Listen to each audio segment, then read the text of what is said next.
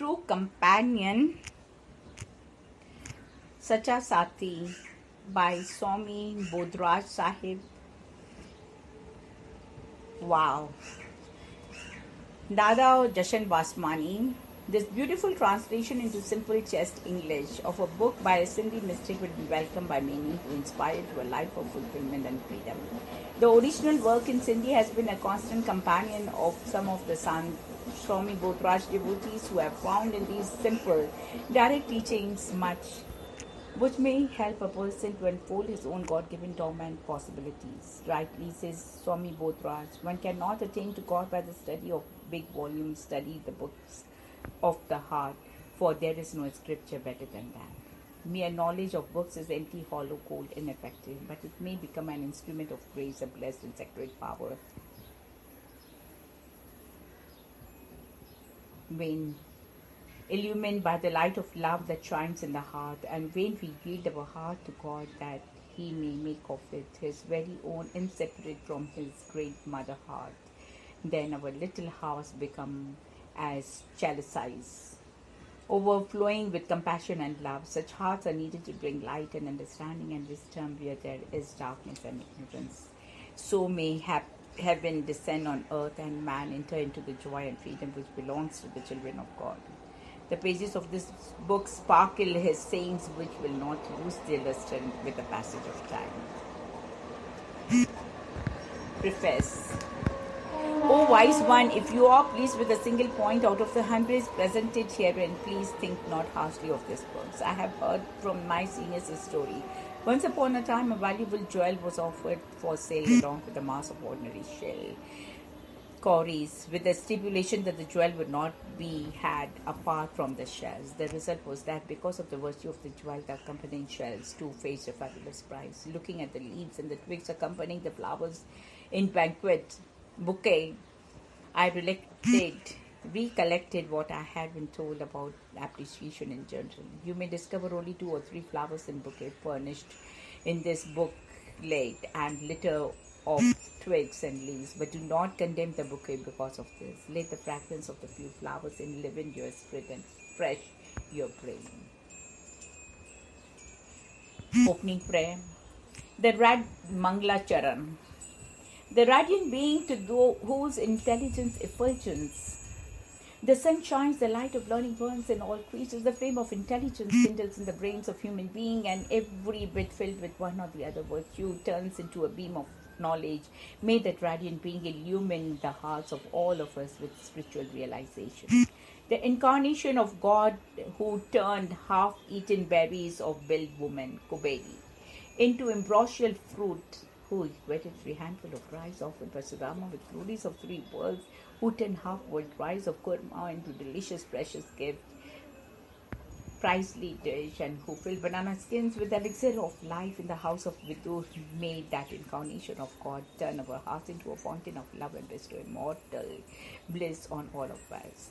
The Mahashakti power, whose presence prevents water of ocean from flooding the earth, protects the pillarless sky roof from crushing under the blowing of violent wind and storms, prevents the sun from coming down to burn the entire universe, and protects the living creatures from burning by the action of heat generated within their bodies. May the Mother Shakti protect us all.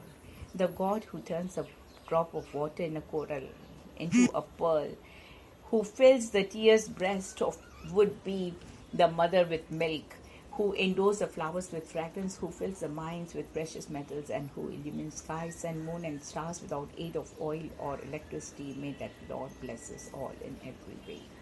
Love divine, Prema Bhakti. How can the greatness of God be understood by a man? One is a mountain and the other a triple. One is an ocean and other a drop. One is the sun and other a ray. One is the entire cosmos, all fullness, and the other is a little bit. Real are those eyes that have unintermittent gaze for the meeting of the beloved Lord. Real is the tongue that rejoices in uttering the name of the Lord. O Lord, Thou hast given me as a shield in one hand and sword in other. But Thou hast no bound down both hands, that even a brave man is helpless when confronted by death. God Yama, Since the day I visualized you, I have turned to be an apt admirer of the wonders of the world. O light of the three worlds, I am only a ray emanating from you. It is simple, a false imagination of the mind to grieve at separation from you. You have kept yourself invisible, yet what an attractive game you have displayed. You are colorless, yet how charming colors you have created. Every leaf of a tree is singing your praises in silence. Every flower in the garden is listening eagerly to your sound. The heart is your audience room, and love brain is a gateway to or for entrance to that room. When I peeped within my heart, I saw the world to be a panorama of divine God. And when I opened the inner eye, I perceived divine light in everything. There is your light in the eyes, in my eyes, and your bliss in my heart. For sky to antidote, I see nothing but your manifestation. Who else is omnipotent except God? Why then this egoism of I? One who surrenders to God has no one else to surrender to. What is this simple? This temple of clay, know the grandeur of devotion. In devotion, every step is a temple and every stone a deity. O Lord, let every limb of mine be pervaded by you, and every cell in my body be illumined with your light, so that all my actions become divine under your guidance. By witnessing this world constantly, the heart loses faith. Alas, the eye that is the seat of the light is standing at the screen between man and God. O Lord, my foot is stumbling at every step. Your blessing is my true strength, Shakti for steadiness. O beloved, if you so bid, I may open my tongue and speak, but your sight involuntarily plunges me into the ecstasy of silence. When I look all around with the glasses of your love, I find that every particle reflects your image like a mirror. In this diversity, I find you everywhere and in infinite forms. It is wonder that in spite of all my forms and colors, they call you one and only, one only. Knowledge is the foundation, karmas, actions are the walls of the building, and bhakti, devotion, is a splendid hall to sit in. Oh brother, live with joy in that enchanting place. Body and mind are the instrument created with God. The Creator alone knows how best to use them. Better surrender both the body and the mind to the Creator to get best of the results. Arjuna was victorious in the great war of Mahabharata because his chariot was piloted by Lord Krishna. You too will be the victorious in the battlefield of life if you entrust the chariot of your mind to the Lord. Think of Lord as your mother and regard yourself as an innocent child. Have firm faith so that the whole world turns to be your house and all things in the world turn into your toys for you to play with. Just as the mesmerized subject becomes unconscious of the relative world and acts according to the behaves of the mesmerizer, in the same way, O Lord, mesmerize me so that I may become unaware of everything in the world and act steadfastly upon your instructions. The awareness that everything at all times and in all places is engaged in divine worship is a real devotion. After all, who else is there except God and God alone? The manifestation of the greatness of the Lord is reflected in everything. Everybody is a rosary for the prayer unto Him. Every thought is a bead in that rosary. For a wise man, movement of thought in the mind is itself a devotional prayer. Everyone is engaged in devotion at all times and in all places. This is the true vision on the reality. A spiritual master, Sadguru. For learning any art or skill, there is a need for a teacher. He who imparts knowledge of truth, Sata, and makes one steadfast in the pursuit of truth, Sata, is called Sadguru, spiritual master. To sing even a lifelong gratitude is not enough for the one who lets the aim of the heart and thereby removes the inner and outer darkness. Just as money is needed to purchase a thing, so devotion is needed to get anything that the Sadguru, true teacher, can give. It is easy to find learned men, experts, philosophers and artists in the world, but it is very difficult to find a Sadguru. Although as assemblage of persons of pursuit of truth, satsang is held everywhere, and there is no dearth of teachers, gurus as such, but a true satsang or a true Sadguru is rare to find in the world. There is no other person so great as a philanthropist as a Sadguru, for his teachings turn Aganti, ignorant, into Jnani, knowledgeable. Knowledge of truth is so vast that the donors feel short of it and the recipients feel hungry for it. The donors feel short because they have acquired only a trifle of the vast and infinite knowledge available, and the recipients feel hungry because the hunger for the knowledge truth can never be satisfied. The flame of candle light is not affected by the brandishing a sword 100 times. How can then the light of knowledge can be destroyed by anyone? This external light burns within you. The seek the company of the Sadguru and have a glimpse of his light to attain their immortality.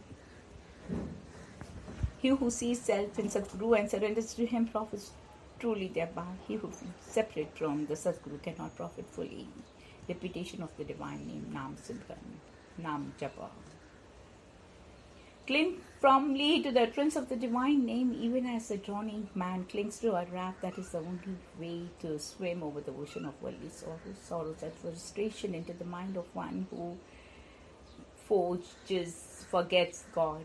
The best way to remember God is to chant his name always and under all circumstances. An uninterrupted chanting of divine Nam generates the power Shakti by means of which every calamity and confusion of mind could be eliminated in a moment. Keep contemplating his name in your mind. To no mishap can venture near that blessedness. All names of God are alike. Concentrate on my one with faith. Success and grace will be yours. The only infallible recipe for the cure of all hardships, pains and diseases is the remembrance of the Nam. Guru Arjan Dev has truly said Nam is the cure of all ills. Human being and humanity, Manu and Manpo.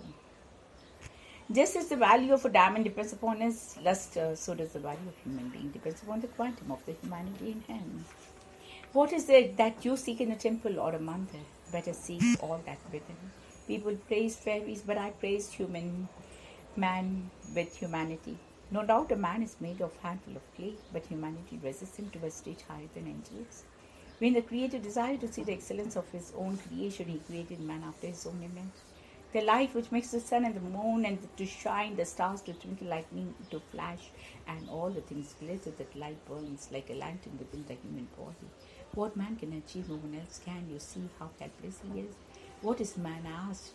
Reply was ears. If he were to forget what is conveyed to him through the ears, there will be no difference between man and the beast. If a man thinks of him as self, as Atma, he should be free of duality. If he feels himself as a servant of God, he should be free of effort. If he feels himself as a body, he should be humble like clay. If a man realizes self, he becomes godlike. Even if he does not realize self, but improves his actions, he would be like a deity. But if he is none of these two, then he is worthless, even less than the clay. A flower has three virtues: beauty, tenderness, fragrance. O human lover, were you to possess three virtues, patience, love and humility, you would surpass the flowers of paradise.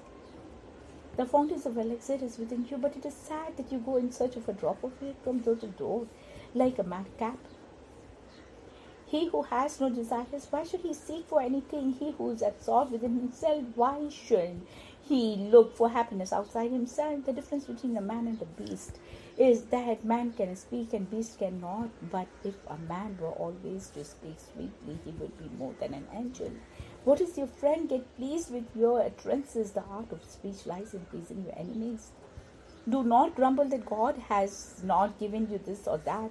It is enough that he has given you human body, which is his store human house of all bounties. Each sense in the human body is worth more than precious jewels. When you possess so much treasure, why grumble then? Oh man, you are searching all your life for their wealth and treasure, but all the Devtas, deities are searching you to assume worship of unlimited treasure that belongs to you. Falling, mukta. He who does something and depends over it but persists in repeating the same thing over again is termed a fool. To preach to the fool is just like showing a lamp to the blind man. He who gives counsel to the fool is indeed of counsel himself. Just as the drops of the water thrown over a hot gridiron evaporates at once, so that heart of a fool is like hot gridiron, and words of counsel serve as the drop of cold water. How can a good counsel have any effect on a bad man? Can a wax tree grow green when irrigated with water? The best answer to the queries of a fool is silence. It is easy to make a reply to the most difficult queries put by a wise man, but it is hard to reply to the easiest query put by a fool. One should keep away from the person who talks smells of fury and turmoil. It is wonder that specks cause blur on the vision of the good lighted person. Similarly, a wise man sitting in the assembly of fools can only have his luster dimmed. Though there have been so many rishis, munis, saints, mahatmas, incarnations of God, but the malady of foolishness is still rampant. A fool will never get informed, even though he lightens the 200 counsels. Let there be a heavy rainfall, but the water of the sea will remain saltish as ever. Why should not mean fellows feel happy while a good man sheds tears? Do not be liberal, get trouble, double wages when it rains. The difference between the unwise and the wise is that the unwise cannot see his own faults, whereas this wise can very well understand them. However much a fool adorns himself, he will still remain a fool. A woman cannot change sex by putting on man's appearance. A wise man, on encountering a hedge, will pass by its side, but a fool would jump over it and get entangled in its thorns.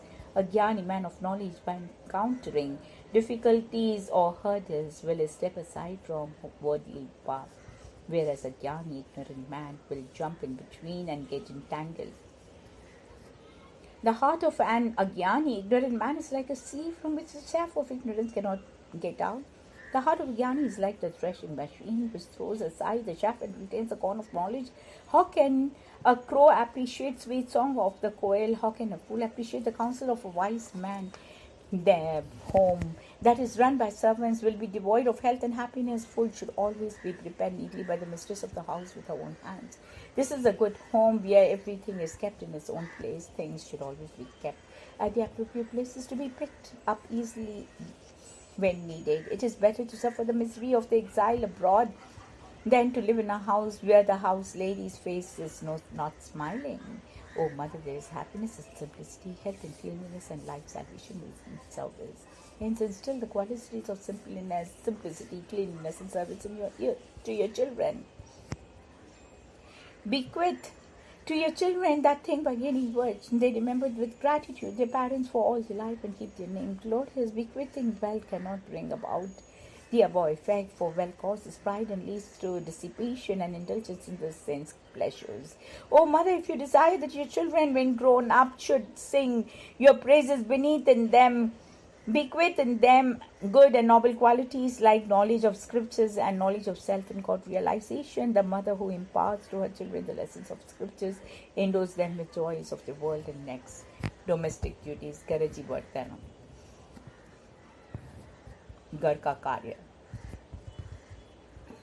Mother, make your home a temple and so perform your duties that they may appear so as heavenly.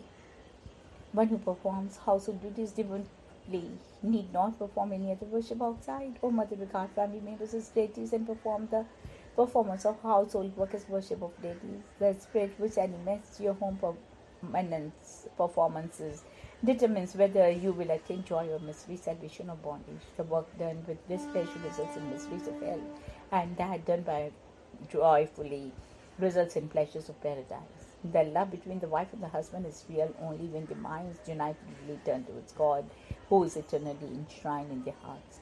The peace that a chaste lady gets for her devotion to her husband is hardly obtained by rishis and munis after protracted austerities and spiritual discipline. The body is meant for service. O mother, perform household duties yourself. This will bring to you good and health and joy. A person is alive so long as she performs action. As soon as he ceases to act, he is like a dead body.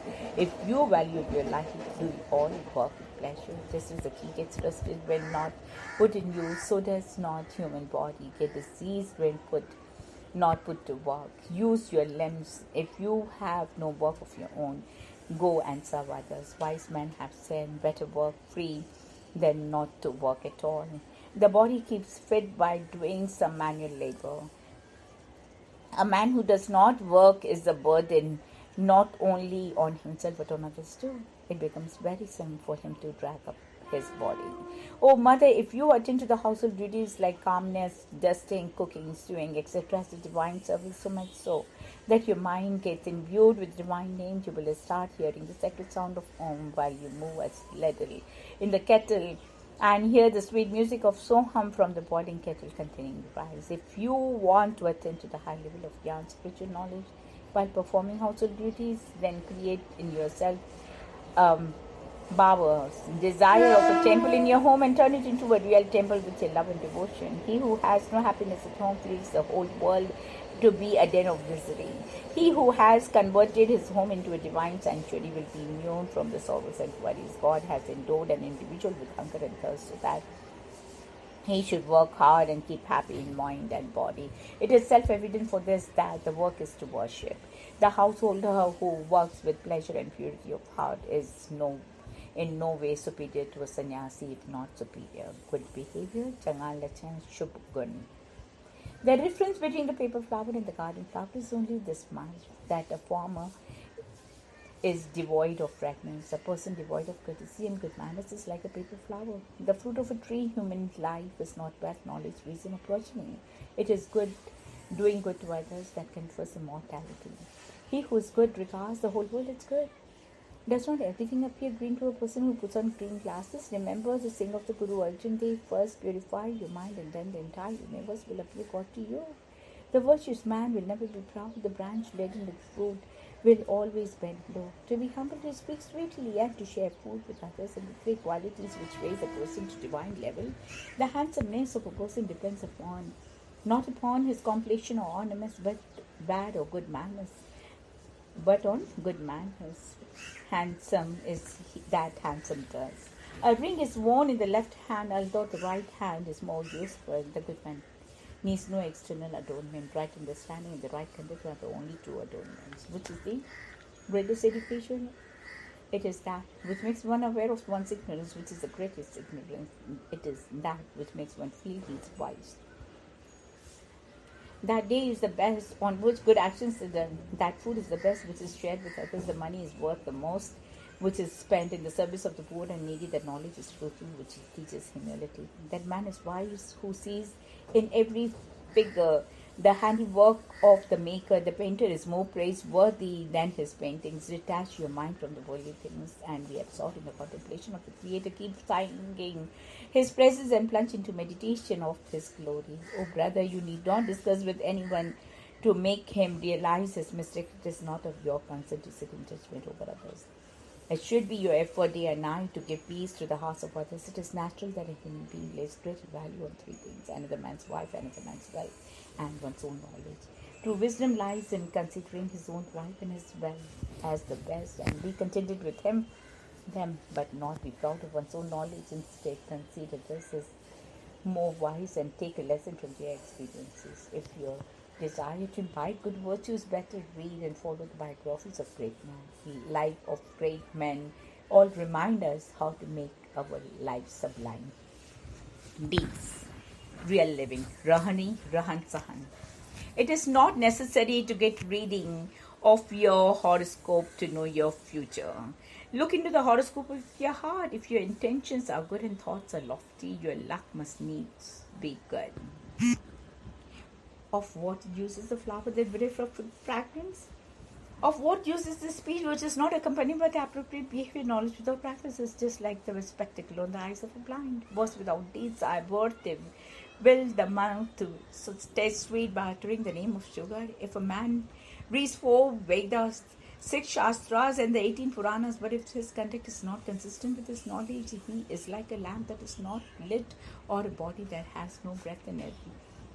Where there is sincerity, the tongue and the heart, that is, the speech and action are in unison. Sincerity is a track which, when walked upon, so no calamity is likely to befall. There is no mention anywhere of man being attacked by a lion or wolf while walking on a highway. One who knows but acts not is like the one who sows but reaps not. It is all right if one is rebuked for a misdeed, but it is glorious to bear the rebuke with pleasure, for as imaginary misdeed, simple living, high thinking should be one's motive in life. One who adorns his life with 4 jewels of love, humility, service, patience, excels heavenly names.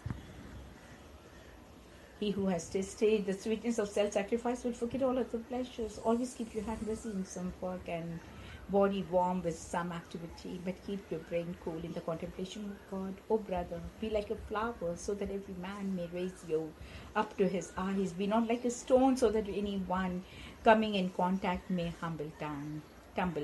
The utterances of saintly being are to be acted upon to get happiness, and not for reading like them parrot like to kill time.